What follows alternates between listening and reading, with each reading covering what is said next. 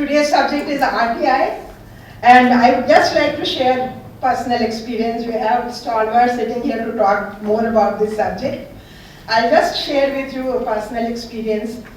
You know, I told you my last posting was in IDPL, which was a Sikh unit, and anyone whom you give responsibility of RTI, you would say, please madam, take my voluntary retirement. I don't want to be here.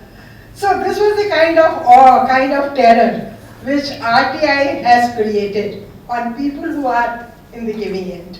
Nobody wants to take that responsibility, and those small penalties which CIC and members impose sometimes, 1,000 rupees, 1,500, it really hurts because it goes from their salary. It really hurts.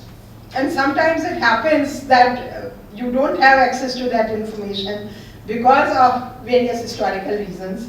But somehow, when it comes to CIC, they don't see any reason. So, that was my experience when I was at the giving end. But when I'm at the receiving end, I find it very, very useful tool to get information from the government. Just to give you one example, I made a small query about the female feticide. How many cases of penalties, there are penalties under the Act. So how many penalties have been imposed during last 2 years? And for 1 year, I continued getting replies. I asked that question to Health Ministry sent it to states, the states sent it to districts. So from districts, we kept on getting replies for next 6 months to 1 year, that this is the position in our district, this is the position in our district. I had this big file, just in 10 rupees.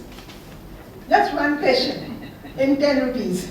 And this thick file with very valuable information. So this is the power of RTI. Thank you, Jayashree, for your introduction and words of rather excessive praise. I'm afraid I'm not quite worthy of all that. But yes, you and I had a good relationship when we were in the Department of Consumer Affairs. And I enjoyed that stint, although it was very brief. And I'm glad you say that I had an influence and an effect. That is a very rewarding kind of remark to make for a civil servant who has retired from the civil service. But yes, now here I have titled this Good Governance. The subject that you had chosen, of course, is right to information, a strong weapon to empower you. And I have chosen good governance because obviously it is the aspiration of every citizen of India, of any citizen of any country in the world, to ensure good governance. And a major complaint that we have had always is that our form of governance has been for a long time a post-colonial hangover.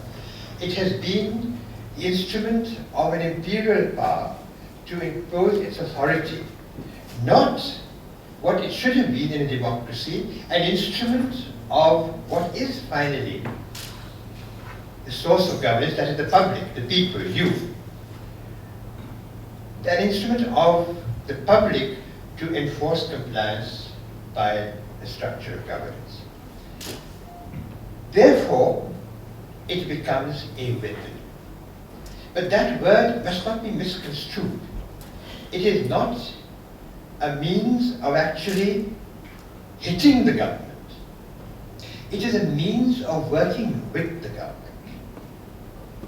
This is how I wish to present this presentation this afternoon. Now, this has been graphically described by the president, when he became president, of the world's foremost democracy. And you will notice that I've highlighted the last point. The idea that accountability is in the interest of the government and the citizenry alike. I think there can be no dispute about this. So when Jayashree mentions that people want to leave the government because they feel that they're afraid of the RTI, what are they afraid of?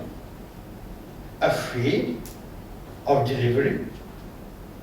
Afraid of working with the people?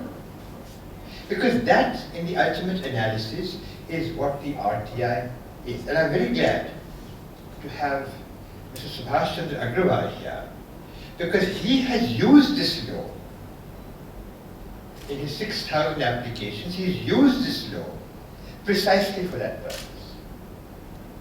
And the most remarkable, I would reach, I don't know if you regard that as the most remarkable, of his achievements was in bringing to book the Supreme Court of India and the Chief Justice of India, if you please. During the discussion in the session, if you have further questions to ask, please ask them. But he is the one who ensured that property statements of the entire structure of the Supreme Court is now on the website, on the website of the Supreme Court, and through a question which is totally innocuous, not even offensive, but actually got that answer.